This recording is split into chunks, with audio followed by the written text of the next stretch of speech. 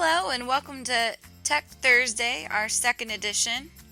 Today we're still focusing on student collaboration, but a brand new tool and a brand new issue that it addresses.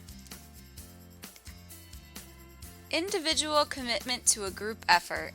That is what makes a team work, a company work, a society work, and a civilization work. Vince Lombardi. The idea of individual commitment is key for student collaboration to be successful. But how do we encourage students to be individually accountable and individually committed to their group collaborative projects? That's the issue at hand today. Individual contributions within a collaborative setting. Some challenges that educators have mentioned that are frustrating and stressful when trying to plan a collaborative project. Keeping students on task if the teacher is not in front of them. How do you make sure the groups accomplish what needs to be done? How do you also ensure that every member of that collaborative group is contributing equally? And lastly, educators. How do you manage the goals and individual paces and the individual participation of multiple ongoing groups? Well, the tool that can really help keep students individually accountable and responsible is Google Groups. So our focus today is going to be how Google Groups can be a collaborative setting where individuals are held responsible and accountable, all while having a logged track of communication.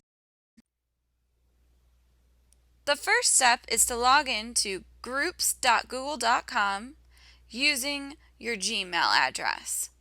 Now, I've already pre-set up a group for an example.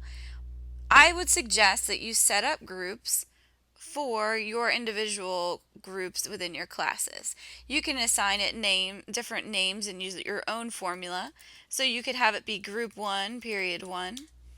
It creates a group email address, so you can actually choose to email the group that way instead of individuals. You can provide a description, and I like this setting because you can actually restrict it so the public does not see any of this information. And you can also select only invited users can join. I recommend that for groups within a classroom setting. I would also recommend you keep it that everyone can post. Once you've done that, you can hit create. For today, I'm going to use my pre-existing group. So when you open up a group, it will almost look like a list of emails, but it's real time and keeps it instantly on the screen and also connects to their Google Drive. So I started a topic, Romeo and Juliet, who is guilty? So this group is planning out who they would like to argue during their Socratic seminar. Right here it already tells me that there's 4 posts and 2 people have viewed the emails. So if I click on this thread, you can see someone posed a question and then another person responded with their results and their idea. Someone replied to that idea. They actually included a resource from Google Drive and an image, and that sparked a conversation, an idea about picking a different person, and someone in the group thought that was important, so they starred the post. So that way it'll be easy to find. It's a key idea that they enjoyed. So already you have a visible thread of a conversation happening digitally. Now, if you go up to actions, you can lock the topic. That means no more interaction, no more adding, no more changing. So as an educator, you could go in and you could lock a group, and that way no one can go in and delete conversations that have happened, and you can actually see what's going on. Or if you give them a deadline, you can lock it so they cannot change any other information that was provided.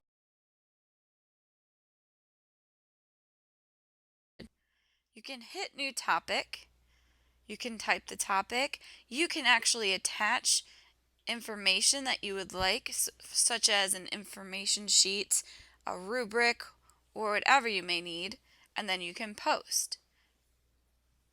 So ideally, if you were using this for a research setting, you could have a bunch of different threads going on for the different angles that you're researching. And the beauty of this is if students are in different classes, they can still collaborate and they can check each other's emails, they can check each other's messages, and they can still research together, they can still collaborate together, even if they're not physically together. Today's Tech Thursday only scratched the surface on the possibilities of Google Groups. The purpose of today was just to show the educators that there is a way to have students have a digital conversation online while actually becoming a part of the conversation. The potential is endless for the use of Google Groups. Thank you so much for listening and participating today. If you have any questions, you can find me at Lecky the Techie on Twitter or Jenny Lecky at g.horrycountyschools.net. Thank you so much and good luck collaborating.